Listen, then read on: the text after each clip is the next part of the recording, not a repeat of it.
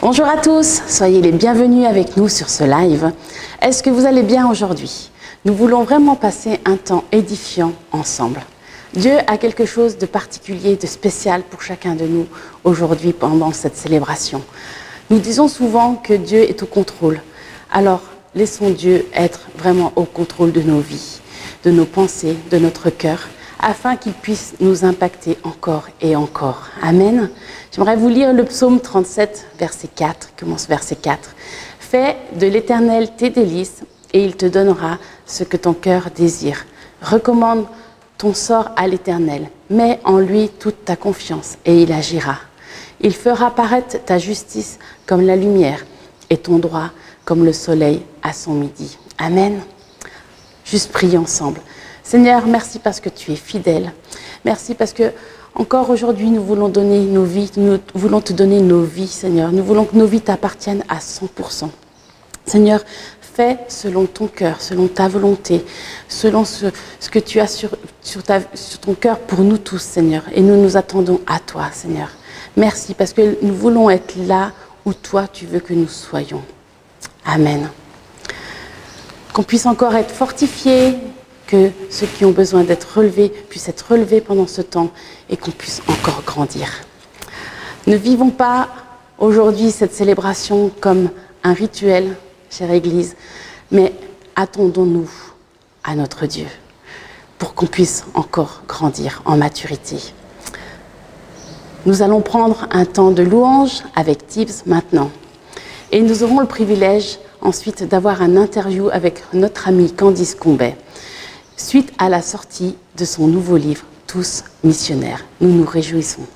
Salut à tous, ça va? J'espère que vous allez bien. Merci beaucoup d'avoir me réjoui ce matin pour qu'on peut tous louer Dieu et adorer le Seigneur ensemble. Moi, je m'appelle Tibbs et c'est avec un grand plaisir que je peux faire la louange avec vous dans vos endroits aujourd'hui, ce matin. On va célébrer notre Seigneur, notre Roi, notre Dieu et notre Sauveur ce matin. On va déclarer que toutes ses promesses sont lui et Amen.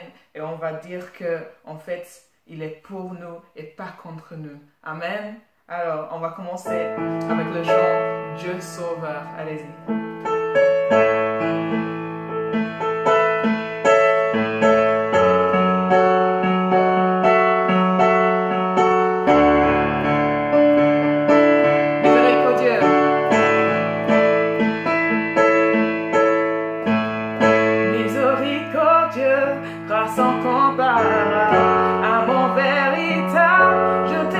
Tu es, Dieu Sauveur.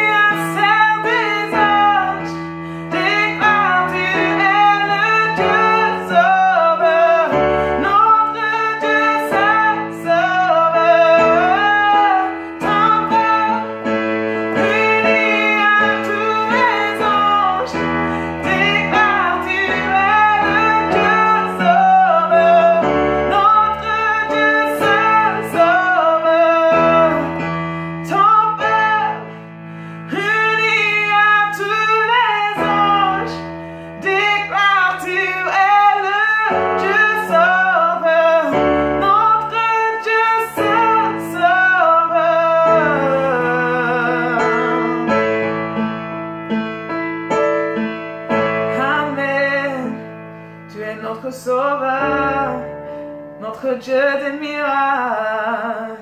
Amen, Amen. C'est écrit dans Daniel 3 que quand ses amis Shadrach, Meshach et Abednego étaient attrapés dans le feu, le roi Nebuchadnezzar, il a expérimenté un miracle de Dieu.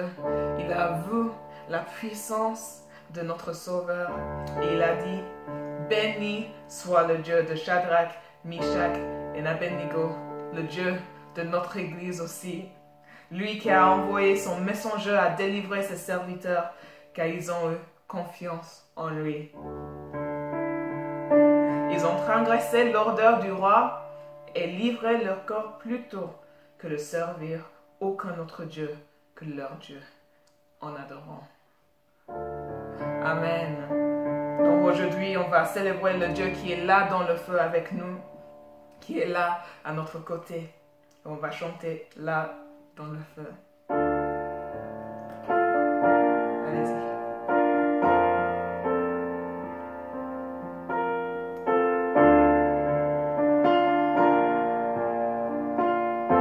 Il y a une grâce. Il y a une grâce quand mon cœur traverse le feu. Notre voix quand tu tombes autour de moi. Et quand je pense à la différence entre qui j'étais et qui je deviens, je le sais que je serai jamais seul. Il était avec moi dans le feu, là à mes côtés.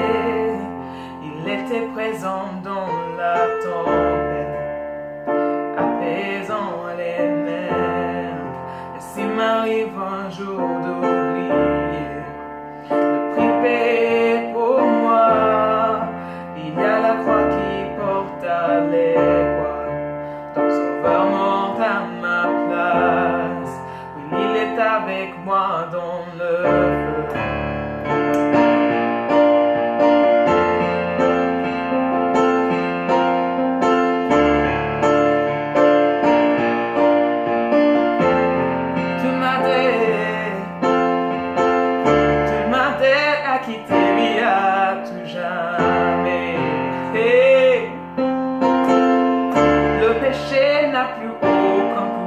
Sur ma vie. Et s'il m'arrivait de retomber entre qui j'étais et qui je deviens, combien bien je ne céderai pas à ce mot, car je sais et je sais que je serai jamais seul, car il est avec moi dans le feu.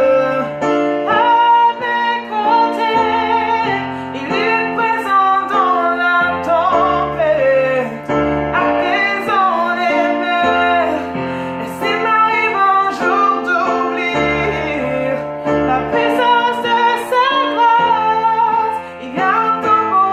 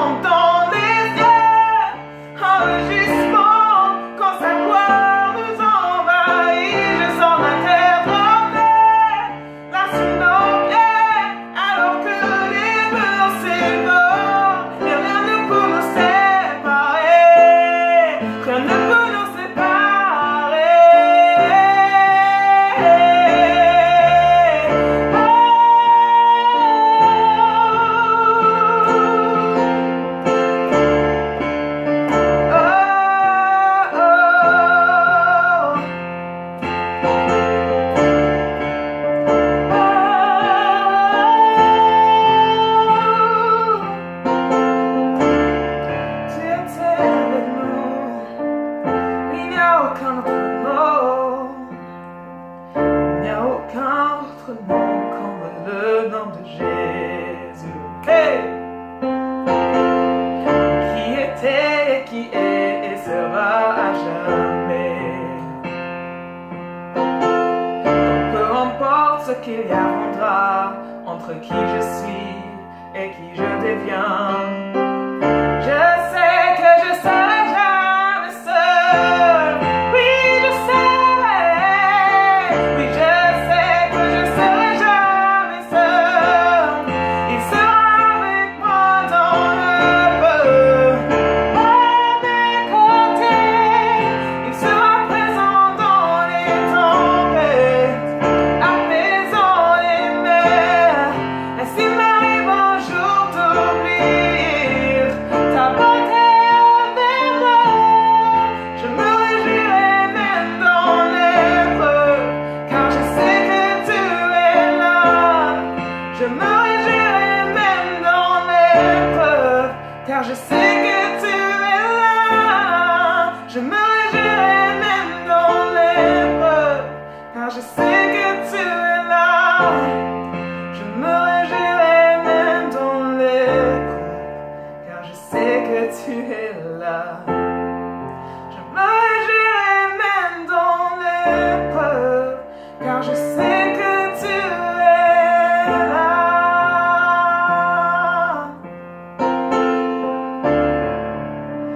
Amen. Tu es toujours avec nous, Seigneur, dans le feu, dans les épreuves, dans les ténèbres. Tu marches avec nous.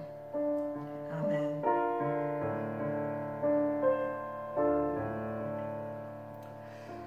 Voilà. Maintenant, c'est le temps pour les dîmes et les offrandes. Comme vous savez, il y a un lien en ligne pour que vous pouvez soutenir l'Église. C'est vie.best/donner. Donc, s'il vous plaît, allez là et ça va être super si vous pouvez nous aider à vous aider. Et on va chanter notre prochain chant, Transfiguration.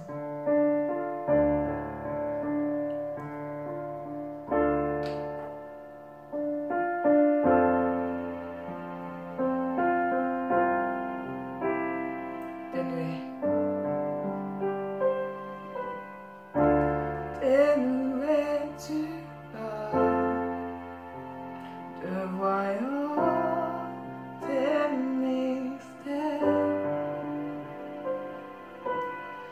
Jésus, tu es l'image du Dieu invisible. Par eau transfigurée, notre Dieu s'est péché. Son royaume désormais sur la terre révélé. Saint est le Seigneur, révélé à mes yeux, et mon cœur ému ne peut saisir sa gloire. Quand dans mes yeux antiques j'entrevois ta beauté, et mon âme ne peut s'empêcher de chanter. Alléluia, Alléluia, Alléluia, mon roi. Attire-moi près de toi, conduis mon cœur sur les hauteurs, et devant toi prosterné, je t'adorerai. Saint est le Seigneur, révélé à mes yeux, et mon cœur ne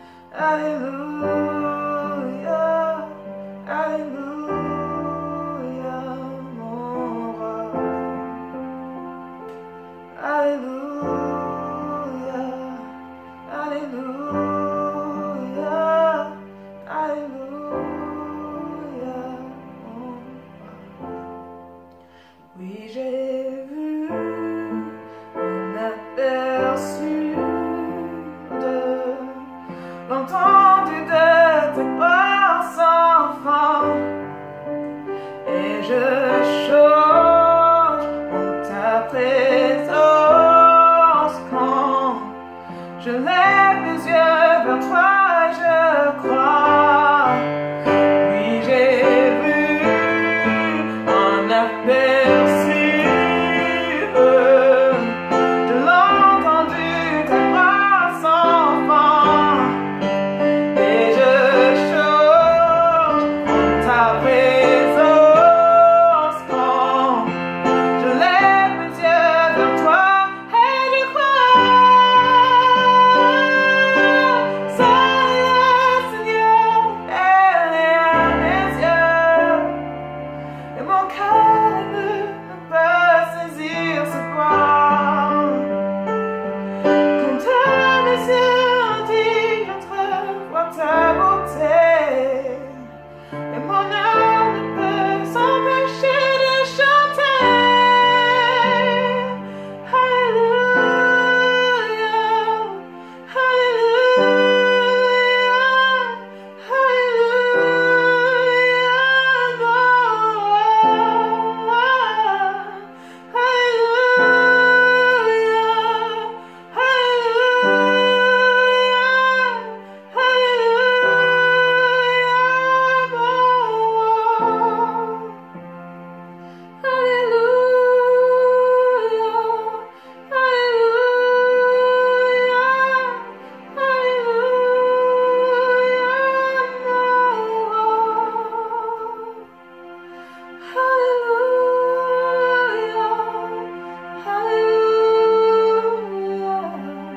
Alléluia,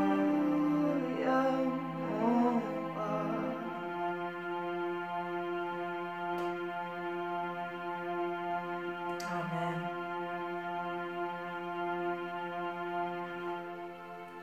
Merci, pasteur.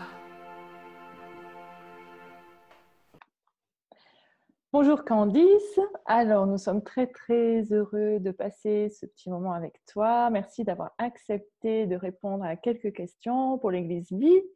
Je sais que tu es très occupée, tu as un programme chargé et c'est vraiment un privilège de t'avoir quelques instants avec nous. Merci beaucoup. Et voilà, j'ai préparé quelques questions. Donc je vais commencer par la première question. Est-ce que tu pourrais nous raconter en quelques mots ta rencontre avec Christ et comment tu en es arrivée là aujourd'hui? Alors, c'est une grande question. Je vais essayer d'y répondre le plus simplement possible. Déjà, je voudrais juste vous remercier de m'accueillir particulièrement parce que, voilà, avec Fabrice, mon mari et les enfants, on est très attachés à l'ensemble de l'Église Vie. On a eu l'occasion de venir vous visiter à plusieurs reprises et ça a toujours été des moments très forts. Donc, c'est une manière différente de vous rejoindre, mais on est vraiment heureux de vous rejoindre aujourd'hui de cette manière-là. Ma rencontre avec Jésus, elle s'est faite très tôt dans un camp qui était un camp chrétien. J'ai 6 ans et demi et je suis touchée par l'amour de Jésus. Et j'ai vraiment été complètement bouleversée par son amour et du coup, de là, le désir très tôt de le suivre et de le servir. Après, ça a fait son petit bonhomme de chemin, mais ça a été, j'ai eu le privilège de vivre vraiment une rencontre extrêmement marquante avec un avant et un après. Et plus tard, vers l'âge de 20 ans, la rencontre de Dieu comme un père, ça a été un peu comme les deux éléments qui ont été vraiment fondateurs. Dieu était resté un Dieu assez lointain, et j'ai rencontré un papa céleste, un papa parfait, un papa qui m'aime tel que je suis. Et pareil, ça a vraiment changé et construit mon identité. Et du coup, pour toute ma vie, ça a été le choix de dire que la priorité, ça serait de le servir, d'être une disciple, d'être vraiment une servante de Dieu dans le sens noble du terme.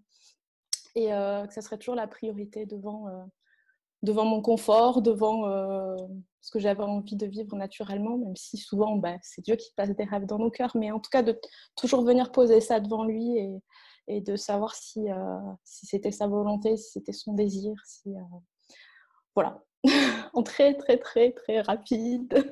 Oui, merci, ça fait envie en tout cas. Et justement, concernant ces expériences, le nom de notre église est devenu Vie, vivre l'impossible ensemble. Est-ce que tu pourrais nous partager une ou deux expériences marquantes que tu as eues avec Christ où tu as vu l'impossible devenir réalité? Hmm. Alors c'est marrant parce que quand j'entends le mot impossible, pareil, j'ai un moment, je suis assez visuelle dans ma mémoire, j'ai un moment qui me vient il y a quelques années. Mon fils avait eu des soucis dans sa croissance, il a eu une rupture de croissance pendant une très longue période et du coup on avait été conduit à aller voir un spécialiste, un professeur, un éminent professeur qui avait fait tout le bilan de notre fils par rapport à sa rupture de croissance et il nous revoit 6 mois après. Et cette fois-là, il était entouré de tous ses étudiants, son collège d'interne, et du coup, il jouait vraiment son rôle de professeur, en expliquant bien le cas, les mesures, tout ça, et il demande à une de ses internes de mesurer Aloïs, et le chiffre qu'elle donne le met dans un état, et il commence à dire non, impossible, c'est impossible, reprenez la mesure. Elle reprend la mesure. Je ne me rappelle pas du chiffre, mais ce n'est pas le problème. Et il redit impossible. Il commence à s'énerver, il commence à pousser les internes, à pousser la jeune femme. Enfin, il était particulier. Et il a continué avec ce mot impossible, impossible, impossible. En fait, Aloïs avait fait exploser les quotas de croissance par rapport à tous ces chiffres, à tous ces repères.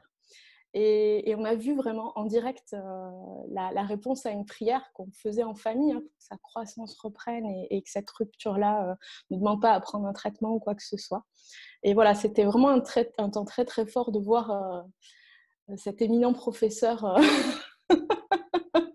face à la puissance de la prière et ce mot impossible. On l'a vécu plein de fois, l'emploi où je suis aujourd'hui. Depuis quelques mois, est un emploi aussi qui était impossible. Je travaille dans une association caritative et où j'ai aujourd'hui une fonction qui a été quasiment créée sur mesure pour moi, avec une mission vraiment de faire revivre quelque chose spirituellement dans cette association alors que c'était impossible. Et quand c'est de Dieu, il y a forcément un impossible qui est avec, sinon on pourrait y aller avec nos propres forces et Exactement. on ne serait pas dépendant de lui, quoi. Mmh.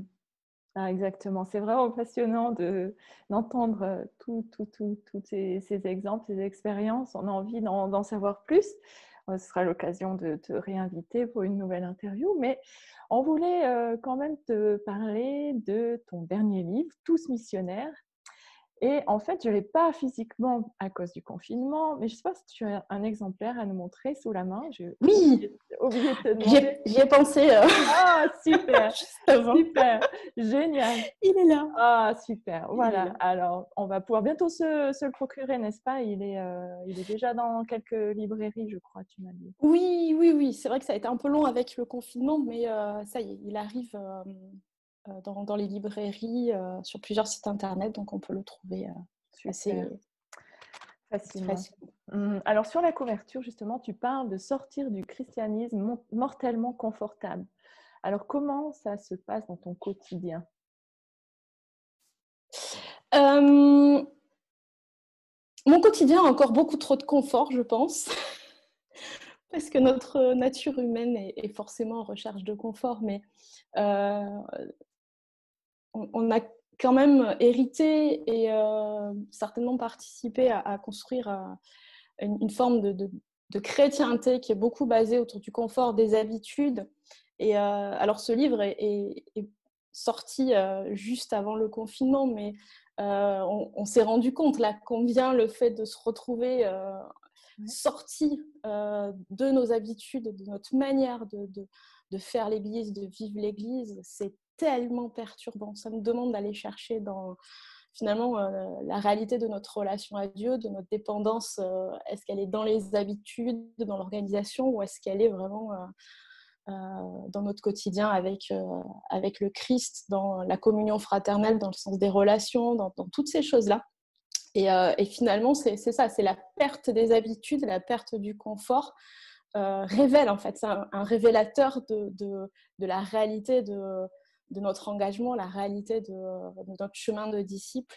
Et finalement, de dire, mais est-ce que chaque jour, je suis prête à remettre en question mon confort, mes propres priorités, mes habitudes, pour dire, Saint-Esprit, je te confie cette journée, je suis à ta disposition. Et j'aime bien donner l'image que souvent Dieu il nous conduit dans des Ninives, là où on n'a pas forcément envie d'aller. Alors nos Ninives, ça peut être notre espace de travail, ça peut être notre environnement, les voisins, ça peut être des gens qui se disent oh, j'ai pas envie, ils sont pas sympas, j'ai pas d'affinité, toute la recherche de confort. Et pour autant, c'est là où Dieu nous a placés aujourd'hui, et c'est-à-dire mais qu'est-ce que tu fais dans ce Ninive-là, comment tu as une source d'espérance, Et tout ça, c'est la sortie de la zone de confort, parce que notre nature humaine, elle cherche tout le contraire, en fait. Donc, on s'étire, mais finalement, c'est ça qui est extrêmement précieux, parce que c'est enraciné dans l'amour de Jésus, et finalement, cet amour, il déborde, et puis on va le déverser dans ces zones d'ombre, de ténèbres, ces zones qui sont des lieux où on est attendu, en fait. On est espéré. Oui, c'est juste. Alors justement, ces lieux, est-ce que tu pourrais nous donner des conseils concrets, des encouragements pour ceux qui nous écoutent afin qu'on puisse vivre ce christianisme excitant au quotidien? Il y a un défi à peut-être réhabiliter notre quotidien, lui redonner sa vraie valeur, sa vraie saveur. On cherche, je pense, aujourd'hui beaucoup, tu parles d'excitant, enfin voilà, le côté peut-être les paillettes, quelque chose d'exceptionnel, ou d'être celui qui va marquer pour X génération. Enfin, il y a souvent ce désir-là, ou d'être sur quelque chose qui est important. Et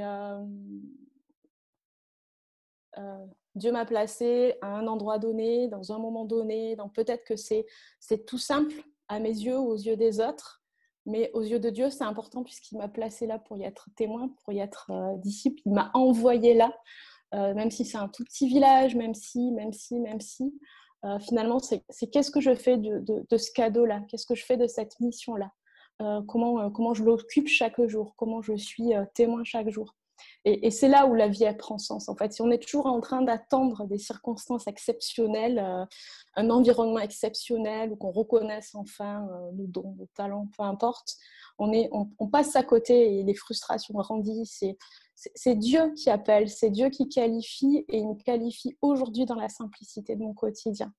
Et mon appel, mon service, mon ministère, c'est dans ma famille, c'est avec mes enfants, c'est si je suis mariée avec mon conjoint, avec mes voisins, avec ma famille, avec mes collègues. C'est ça le ministère. Et c'est de ça dont on devra rendre compte quand on va paraître. C'est pas juste des réunions ou des espaces, même s'ils sont très importants, mais c'est vraiment de ce quotidien-là. Qu'est-ce que j'ai fait de ce cadeau-là, de la vie et de ce quotidien-là? Et là, ça devient extraordinaire. Oui, c'est juste simplement vivre finalement. C'est ça. Donc, mon chapitre préféré dans ton livre, c'est certainement être l'Église. Donc, sans tout révéler du livre, pour garder le suspense et pour avoir envie de le lire encore, pourrais-tu nous parler et nous défier en quelques mots?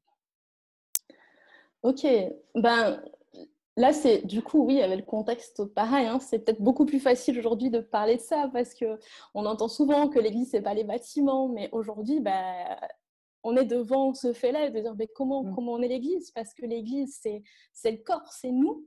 On est des pierres vivantes, on bouge, et du coup, c'est simplement si tu arrives vraiment à prendre conscience que tu es l'église, que tu es une part de l'église, ça veut dire que tu es l'église. On revient à notre quotidien, hein, quand tu invites, quand tu sors, quand tu vas faire tes courses, quand tu es une partie du corps de Christ qui est en mouvement, et tu amènes la puissance de l'église, tu amènes la puissance du corps de Christ, tu amènes l'autorité.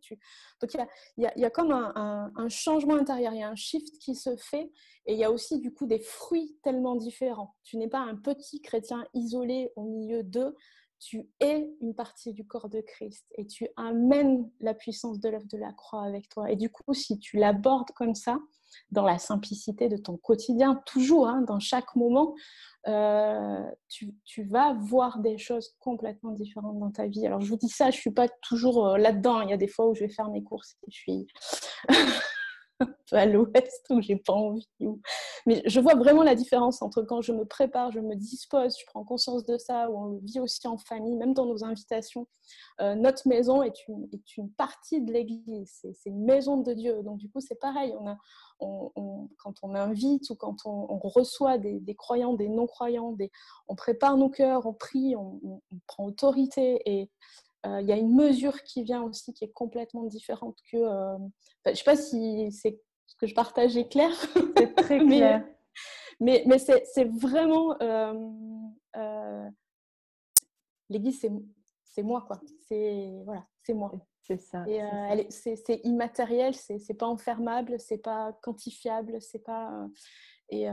alors après, oui, ce qui nous manque dans cette saison, c'est la communion fraternelle et le partage. Mais il n'y a rien qui est enlevé de l'Église dans cette saison. Bien au contraire, je pense que ça va être... il y aura un avant, un après. Ah, ça, c'est sûr. En tout cas, je trouve que ton livre est arrivé, ou le confinement, ou ton livre sont arrivés exactement à un moment très, très opportun, je trouve. Et ça donne vraiment envie, en tout cas, de le lire et d'approfondir ce sujet. Est-ce que tu aurais, pour terminer, une parole que tu aimerais partager pour l'Église Vie? Pour les gens de l'Église Vie. Pour les gens de l'Église Vie. Il y a une culture de foi qui est absolument extraordinaire dans votre Église. Il y a une mesure de foi et il y a une capacité à déplacer les montagnes sur la base de ce que Dieu a dit. Et je voudrais vraiment vous encourager à garder cette capacité-là et à être vraiment dans une dimension déclarative. Je crois ce que Dieu dit, je dis ce que Dieu dit, je pose les actes qu'il a posés et finalement de garder ce flambeau-là parce qu'il y a vraiment des enjeux là dans la prière déclarative, l'intercession déclarative pour justement cette nouvelle saison de l'Église, cette nouvelle saison de mission, cette nouvelle saison de moisson aussi. Et vous allez récolter de ce qui a été semé dans la prière et dans la déclaration, mais il y a encore une mesure qui est devant vous et qui est juste extraordinaire. Merci beaucoup, c'est très encourageant en tout cas. Candice, merci pour ce temps partagé. Et, merci à toi, merci à vous. Merci et vraiment je prie plein de bénédictions pour toi et ta famille et un chemin concret dans ce tous missionnaire en tout cas. Merci et à très bientôt. À très bientôt, soyez bénis. Waouh Candice, merci énormément pour ce temps que tu viens de passer avec nous. Merci de ce que tu nous encourages, merci de ce que tu nous défies. Merci d'avoir obéi au Seigneur en écrivant ce livre, en ayant été si transparente dans ce que tu décris tout au long de ces pages. Et j'ai eu énormément de plaisir à les lire. Merci Fabrice, merci pour les enfants, pour l'amitié, l'amour que vous avez pour nous, le soutien que vous êtes, l'influence que vous avez dans nos vies, tant en tant que famille, mais aussi en tant que famille d'église. Et on est reconnaissant pour cela. Claire, merci. Merci pour cette interview, mais merci aussi pour tout ce que tu fais, pour nous aider, pour nous assister de manière si régulière, de manière si généreuse, pour qu'on puisse avoir nos différentes réunions, ces différentes vidéos avec tellement de qualité. Candice disait tout à l'heure que l'Église n'est pas un bâtiment, et c'est vrai qu'on le sait tous, et néanmoins, on a réduit l'Église à ce qui se passait dans le bâtiment. Et le défi, c'est de pouvoir se dire, mais l'Église n'est pas un bâtiment, l'Église n'a rien à voir avec ce qui se fait dans le bâtiment, ou en tout cas, ce n'est pas l'essentiel. L'Église, c'est toi, c'est moi qui sommes en action avec Christ dans le monde dans lequel il nous a envoyés pour faire la différence. Waouh, ça c'est tellement extraordinaire, c'est tellement excitant. Et quand on pense à ça, on se dit, mais qui est-ce que je suis ? Qui est-ce que je suis pour pouvoir être l'Église, pour pouvoir être celui, celle par lequel le royaume de Dieu va s'avancer, par lequel la volonté de Dieu va se réaliser, des vies vont être changées, des cœurs vont être bouleversés. Et ça, c'est souvent une question qu'on peut se poser. C'est une question que moi-même, je me suis souvent posée pour ma propre vie. Quand je regarde ce que Dieu me demande de faire, quand je regarde les désirs qu'il a placés dans ma vie, quand je regarde les visions qu'il met dans mon cœur, je me sens si souvent inadéquate. Je me sens si souvent ne pas être capable. Et encore aujourd'hui, en étant ce que je suis, dans les responsabilités que j'ai, j'aimerais dire, je sais que je ne peux pas le faire par moi-même. Je sais que je ne mérite rien pour le faire. Mais je sais que quand Dieu me regarde, quand Dieu regarde ma vie, quand Dieu regarde ses rêves, ses visions que je peux présenter devant lui, sa première réaction, c'est de dire « Waouh, c'est génial, c'est extraordinaire. Oui, vas-y. » Pourquoi? Parce que Dieu est quelqu'un de positif. Dieu est positif, ça fait partie de sa nature, ça fait partie de qui il est. Et ça vient confronter notre manière de penser. Parce que pendant des années, en tout cas pour ma part, je pensais que quand j'avais quelque chose dans mon cœur pour le royaume de Dieu, quand j'avais quelque chose dans mon cœur pour faire plaisir à mon Dieu, pour faire plaisir à mon Seigneur, il fallait que je prie, il fallait que je jeûne jusqu'à ce qu'il me dise « Oui, c'est bien, vas-y ». Jusqu'au jour où j'ai réalisé que ma vision de qui était Dieu était pas bonne. J'avais la vision d'un Dieu qui était négatif, un Dieu qui, sa première réaction, c'était « Non, non, c'est pas comme ça. Non, tu ne feras pas. Non, tu n'agiras pas. » Parce que beaucoup de choses que j'avais entendues, c'était des règles à suivre, à observer. C'était cette dimension de dire que Dieu est sévère, que Dieu punit, que Dieu est mauvais, ou est méchant plutôt. Et qu'il fallait qu'il plaidait pour pouvoir dire oui, et que son oui était comme une faveur qu'il pouvait nous accorder, comme dire « Ah ben, enfin tu le mérites. » J'ai réalisé que, en fait, on ne mérite rien, que tout n'est que le fruit de la grâce de Dieu, que Dieu est profondément positif, que Dieu n'a qu'une seule attente, c'est de pouvoir te dire oui. Quand il te regarde, quand il regarde les désirs qui sont dans ton cœur, quand il regarde les désirs qui sont dans ta vie pour son royaume, il n'a qu'une seule envie, c'est de dire oui, oui, vas-y mon gars, oui, vas-y ma fille. Tu peux le faire, ensemble, on va le faire. Est-ce que Dieu est aveugle sur qui on est, sur nos incapacités, sur nos manquements? Non, mais Dieu a choisi de prendre le risque de nous dire oui. Dieu a choisi de prendre le risque de dire oui, parce qu'il voit dans nos vies sa présence. Il voit dans nos vies sa vie qu'il a mis. Il voit dans nos vies les rêves et les désirs qu'il a placés dans un seul but, c'est qu'on puisse les accomplir. Et j'aimerais dire, si Dieu est positif, souvent, moi je ne suis pas autant. Et Dieu a fait de moi un homme de foi. Dieu a fait de moi quelqu'un qui est positif par nature. Néanmoins, souvent je dois encore me battre contre moi-même, contre ma nature humaine. Quand quelqu'un vient me présenter un projet, quand quelqu'un me partage quelque chose de fou et d'extraordinaire, pour ne pas dire « Ah, t'es sûr? Et comment est-ce que tu vas faire ça? Comment est-ce que tu vas faire face à ces défis? Et qui, etc. » Au lieu d'avoir cette première réaction, c'est dire « Waouh, c'est génial! Waouh, c'est extraordinaire! » Parce que c'est ce que Dieu attend de nous. Si Dieu est positif, il veut faire de nous, ses disciples, ceux qui sont appelés à lui ressembler, à être son image, à sa ressemblance, à être également positifs et à pouvoir dire « Waouh, j'aimerais t'aider. Comment est-ce que je peux t'assister? Comment est-ce que je peux vivre ça avec toi? » En fait, ne pas être positif, dire non, fait partie de notre nature humaine. Et c'est pour ça que, sur le fond, nous ne sommes pas aussi positifs que nous le voudrions. Ce que j'ai remarqué avec mes enfants, quand ils étaient petits, jamais je leur ai appris à dire non. Jamais j'ai dit à Benjamin ou à Bérénice, « Hey, non, tu dois dire non. » Par contre, combien souvent j'ai dû leur apprendre à dire oui, à être positif, à voir les choses du bon côté, à voir le bon chez l'autre. Pourquoi? Parce que notre nature humaine est marquée par le péché, est marquée par la séparation avec Dieu, et ce qui fait qu'elle est naturellement mauvaise et négative.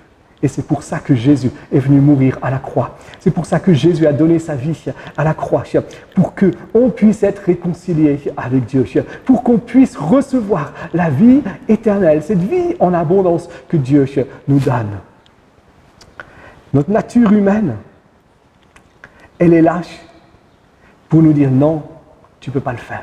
Pour voir les autres dans toutes leurs impossibilités, dans toutes leurs épreuves, dans tout ce qui est mauvais à l'intérieur d'eux. Mais quand on saisit que Dieu est positif et qu'il vit en nous, il nous appelle à marcher dans cette dimension-là.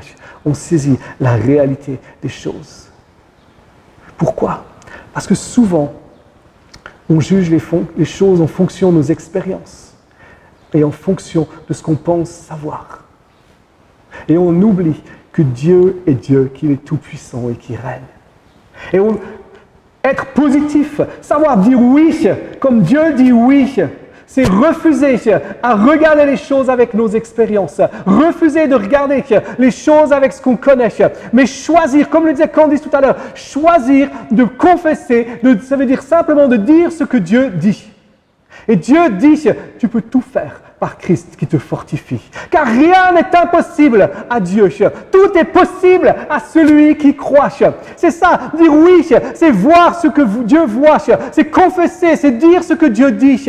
C'est annoncer ce que Dieu fait pour que ça devienne une réalité.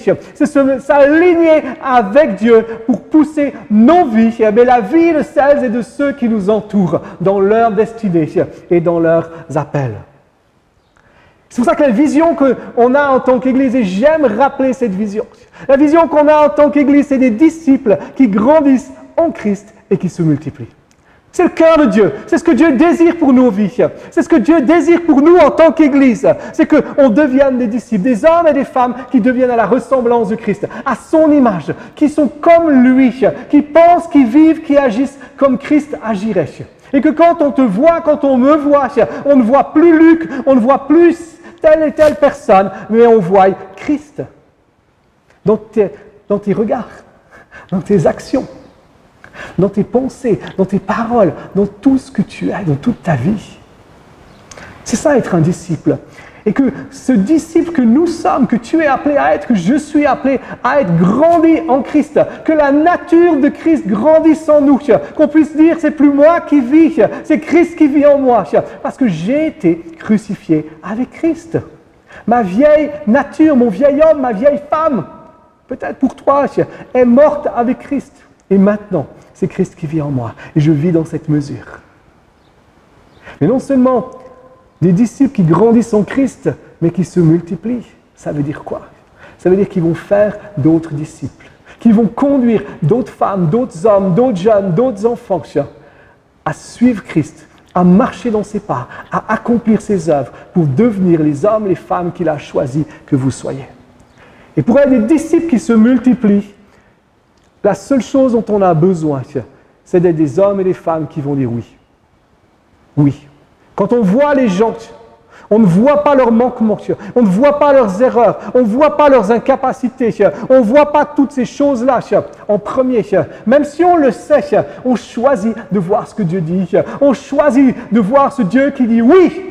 Oui, tu peux devenir un homme de Dieu. Oui, tu peux devenir une femme de Dieu. Non seulement tu peux, mais quand Dieu regarde la personne qui est à côté de toi, cette personne qui est peut-être dure, cette personne qui est peut-être méchante, cette personne qui est peut-être récalcitrante, cette personne qui peut-être te fait du mal de manière régulière, Dieu dit, je vois mon appel et ma destinée sur lui ou sur elle pour qu'il devienne, qu'elle devienne ce que j'ai choisi. Un homme, une femme de Dieu. Et quand Dieu voit les gens autour de nous, il dit oui. Regardez ce que la Bible nous enseigne. On a ce verset dans Acte 9. Acte 9, c'est le passage où l'apôtre Paul, en fait l'homme qui va devenir l'apôtre Paul, a rencontré Jésus. Il s'appelle Saul de Tarse. Et il a quitté Jérusalem et il est en train d'aller dans une autre ville qui s'appelle Damas, avec un seul but. Le but de détruire l'Église. Son but, c'est de mettre à genoux, à terre, détruire littéralement l'Église dans son entière, dans sa totalité, dans son entièreté, j'allais dire, ça ne se dit pas, mais dans sa totalité, pour que Et pour ça, il mettait les hommes, les femmes, les disciples en prison. Certains, il les mettait à mort. Mais alors qu'il était sur ce chemin de Damas, Jésus lui apparaît. Et Saul de Tarse tombe à terre. Et Jésus va commencer de lui parler. Et quand Saul se relève, il est aveugle. Et alors, Jésus, une des choses que va dire Jésus à Saul, c'est qu'il lui dit, tu vas aller à Tarse, il y a un homme qui s'appelle Ananias qui va venir et qui va prier pour toi. Et pendant ce temps-là, pendant 3 jours, en fait plutôt, Saul est resté aveugle. Et Dieu parle à Ananias. Il lui dit, Ananias, tu vas aller voir Saul de Tarse. Tu vas aller le rencontrer. Et il lui dit, va, car cet homme est pour moi un instrument de choix afin de porter mon nom devant les nations, les rois et devant les fils d'Israël. Dieu dit oui à Saul. Dieu dit oui à la vie de Saul. Dieu ne considère pas ce qu'on peut voir ou ce que les gens pouvaient voir, mais il considère son appel, il considère sa destinée et il dit oui. Qu'est-ce que fait Ananias? Ananias, de manière ferme, mais très polie, dit à Dieu non. Non, je n'irai pas voir Saul. Et il commence à expliquer pourquoi il ne veut pas aller voir Saul. Il lui dit, tu sais, c'est un homme qui veut tuer l'Église, c'est un homme qui vient pour détruire l'Église. On sait tout le mal qu'il a fait à Jérusalem et il vient pour faire exactement la même chose ici. Seigneur, je pense que tu t'es trompé. Voilà un petit peu ce que dit Ananias. Mais si Ananias dit non, Dieu avait dit oui. Et Ananias fait le choix de dire oui, je vais aller. Dieu dit, c'est un instrument que j'ai choisi. Dieu utilise qui il veut et pas ce que nous pourrions penser ou vouloir. Dieu utilise qui il veut, qui il a choisi et non pas ce que nous, on peut penser ou imaginer. Qu'est-ce qu'il en est pour ta vie aujourd'hui? Qu'est-ce qu'il en est pour les gens qui t'entourent? Est-ce que tu es comme Ananias où tu essaies d'expliquer à Dieu pourquoi ils ne peuvent pas rencontrer Jésus? Pourquoi est-ce qu'ils ne pourraient pas entrer dans la mission que Dieu leur a réservée? Quand tu regardes ta propre vie, est-ce que tu essayes de trouver des excuses avec Dieu?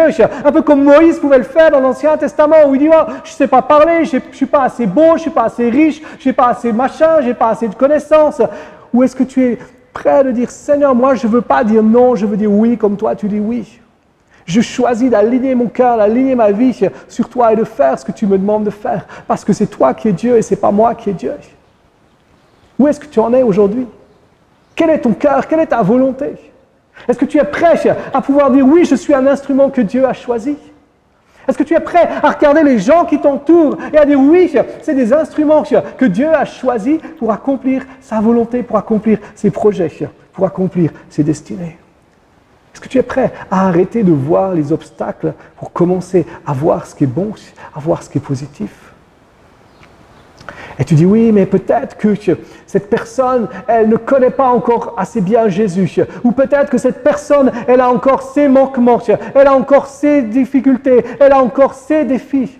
Je vais te dire, être l'Église pour le monde qui nous entoure, c'est être l'Église en tout temps, à chaque instant, en tout lieu, parce que Christ vit en nous. Et ça ne dépend pas de nos connaissances et de nos capacités. Ça dépend de la présence de Dieu dans nos vies et notre capacité à laisser cette présence couler. Un autre passage qui m'a interpellé ces dernières années par rapport à ça, ou ce fait que Dieu regarde les gens et dit oui, et il ne regarde pas les gens en disant non, c'est dans Acte 14. Paul et Barnabas sont dans ce premier voyage missionnaire. Ils sont en train de voyager et ils arrivent dans cette ville de Lystre. Et il y a un miracle. Et les gens sont tellement émerveillés par ce qui se passe que quand ils voient Barnabas, ils se disent « Ah, mais ces gens-là, celui-là, ça doit être Zeus. C'est Zeus, cet homme est Zeus. C'est Dieu qui est venu sur la terre. » Et quand ils regardent Paul, ils se disent « Ah, lui, ça doit être Hermès. » Et ils viennent avec des taureaux pour faire un culte à Zeus et à Hermès. Ils ne réalisent pas que Paul et Barnabas sont juste des hommes comme eux, de la même nature qu'eux. Simplement, c'est des disciples de Christ qui ont fait le choix de répondre au oui de Dieu pour marcher dans sa volonté. Et c'est pour ça qu'ils vivent cette vie de miracle, de prodige. C'est pour ça qu'ils sont l'Église, là où Dieu les a envoyés. Que chaque fois qu'ils arrivent à un endroit, quelque chose se passe parce qu'ils sont l'Église. De la même manière que partout où tu vas, quelque chose se passe parce que tu es l'Église, parce que la présence de Dieu est en toi, parce que sa vie coule au travers de toi. Et regardez ce qui se passe. Quelques semaines plus tard, ces gens qui ne connaissaient rien à l'Ancien Testament, ces gens qui ne connaissaient rien à Jésus, regardez ce que Paul et Barnabas vont faire quelques temps plus tard. Il est dit, ils firent nommer pour eux des anciens dans chaque église, et prier et jeûner. Ils les recommandèrent au Seigneur en qui ils avaient cru. Il les nomme anciens. Qu'est-ce que ça veut dire? Ce n'est pas un titre comme ça. Ça veut dire qu'ils sont responsables de prendre soin de l'Église qui est là, ce corps de Christ qui reste dans cette région, qui reste dans cette ville. Et c'est leur responsabilité d'en prendre soin, de permettre que le royaume de Dieu s'avance, de permettre que la gloire de Dieu se manifeste, que sa puissance soit à l'œuvre. Et j'aimerais dire, ils n'étaient absolument pas prêts selon nos standards. Ils n'étaient absolument pas prêts selon ce qu'on pourrait imaginer ou penser. Mais selon le plan de Dieu, selon le standard de Dieu, selon la volonté de Dieu, ils l'étaient. Pourquoi? Parce que souvent, notre confiance se pose dans les capacités. Notre confiance se pose dans ce qu'on peut voir, au lieu de mettre notre confiance dans le Saint-Esprit. Et il est dit, ils ont jeûné et prié. Je crois que quand ils ont jeûné et prié, il y a quelque chose de Dieu qui s'est passé, qui s'est manifesté dans leur cœur. Il y a eu un dépôt de la gloire, de la puissance, de l'autorité de Dieu, et que le Saint-Esprit les a saisis, les a inondés. Vous savez, ce même Saint-Esprit dont Jésus parle, qu'il est dit, qui nous conduit dans toute la vérité. C'est ce même Saint-Esprit qui te conduit dans toute la vérité, qui vit en toi, qui te dirige, qui t'inspire et qui te dirige, qui t'anime. C'est pour ça que Dieu peut dire oui.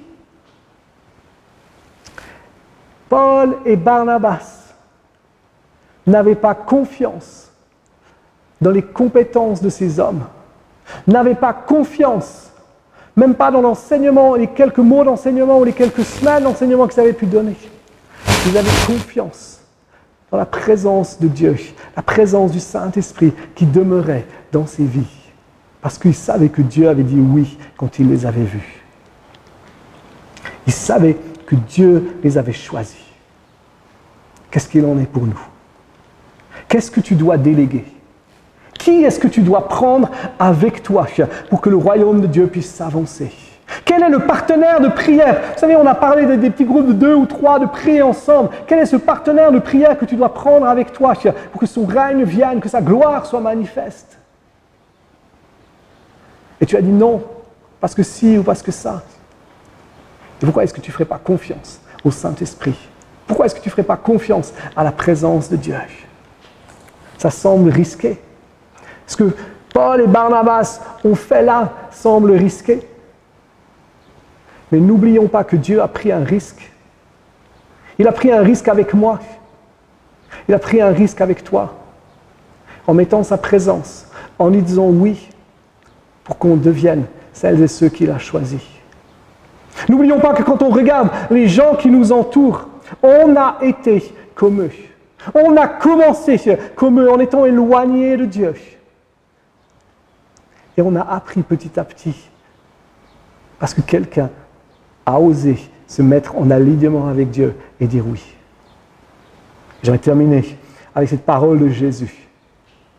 Cette même ligne où Jésus dit, c'est pas moi, pas vous, pardon, c'est pas vous qui m'avez choisi. Mais moi, je vous ai choisi. Et je vous ai établi. Avec l'élection, avec le choix, vient l'établissement et l'affermissement. Ça, c'est Dieu qui donne. Afin que vous alliez. Dieu ne nous a pas choisi, il ne nous a pas établi simplement, et ça semble contradictoire de dire je suis établi pour l'action, pour bouger. Quand on pense établir, souvent on se dit maintenant c'est bon, je suis établi, je suis posé. Non, quand Jésus te dit il t'a établi dans sa présence, ou il a plutôt établi sa présence dans ta vie pour que tu puisses aller et que tu puisses porter du fruit et que ton fruit demeure.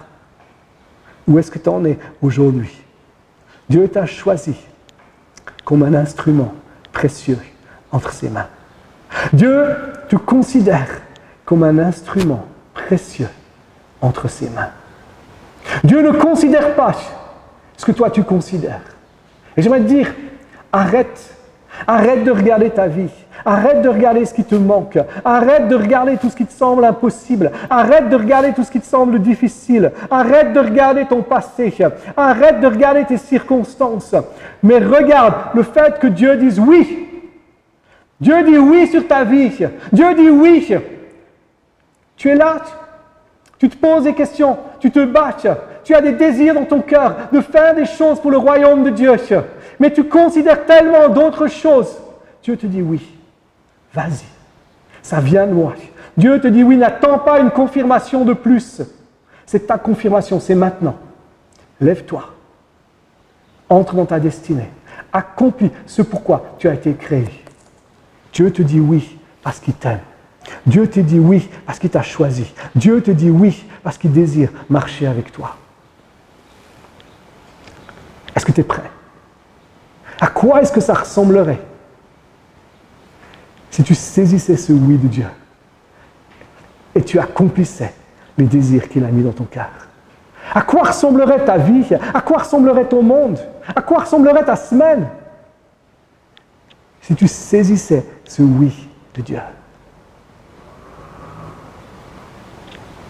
À quoi ressemblerait le monde qui t'entoure si tu commençais de regarder les femmes, les hommes, les jeunes, les enfants qui t'entourent avec ce regard de Dieu où Dieu dit oui? Dieu dit oui. Oui, je l'ai choisi. Oui, je l'ai appelé. Qui est-ce que tu peux prendre avec toi? Paul a pris des hommes et des femmes avec lui pour partir en mission, pour vivre la mission de Christ, pour être l'Église. Qu'est-ce qu'il en serait? Les gens qui t'entourent, avec qui tu vis de manière quotidienne, tu commençais à dire, hey, Dieu dit oui. Dieu dit oui. Dieu dit oui. Soyons l'Église ensemble. Dieu dit oui. Vivons l'Église ensemble. À quoi ça ressemblerait si tu n'avais plus peur de faire des erreurs? Peur d'être jugé. Peur d'être critiqué. Peur d'être abandonné. Peur d'être rejeté. Je veux dire, l'Église, en tout cas l'Église comme on veut la vivre ici, c'est une Église où l'erreur est possible. Où il y a toujours une deuxième, une troisième, une quatrième chance. Où on veut voir les hommes, les femmes se relever pour entrer dans leur appel et dans leur destinée.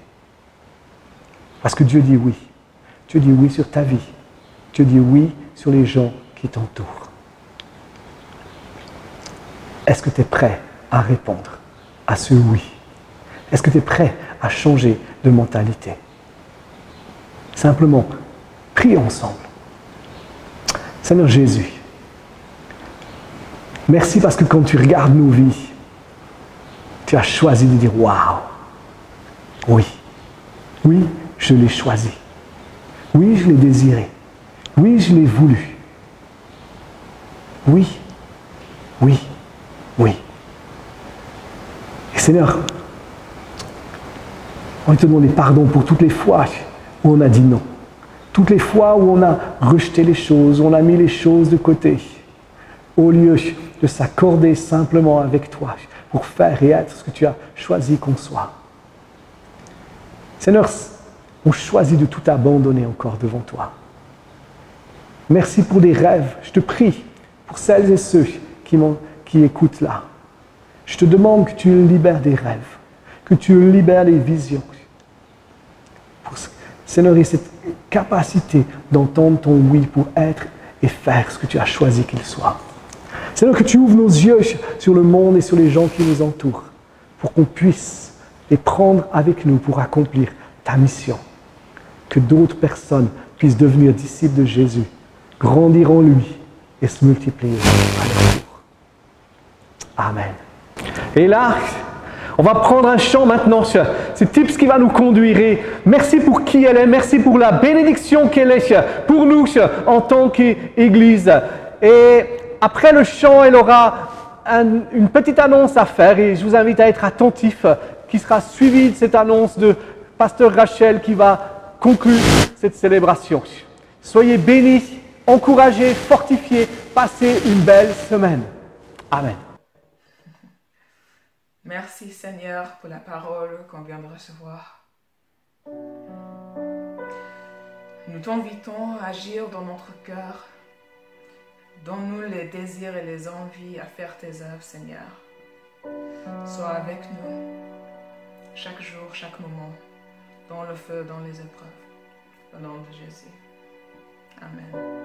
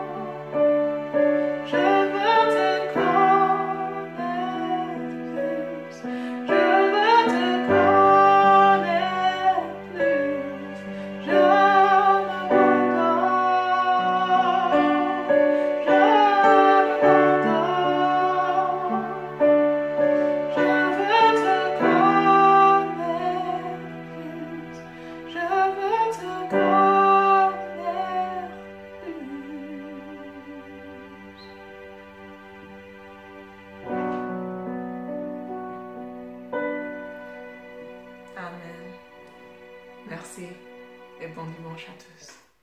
Soyez bénis. Salut tout le monde, coucou, j'espère que vous allez bien. Je m'appelle Tibbs et c'est avec un cœur lourd qu'aujourd'hui il faut que je lance mon départ de cet endroit avec vous à l'église Vivre Impossible ensemble. En ce moment, c'est un peu compliqué pour moi, une fille anglaise, à rester ici en France à cause du confinement et tout ça. Donc, il y a un peu une obligation pour moi à rentrer en Angleterre maintenant. Et donc, je vais continuer à faire des choses. Je vais travailler quand même jusqu'à fin juin en Angleterre.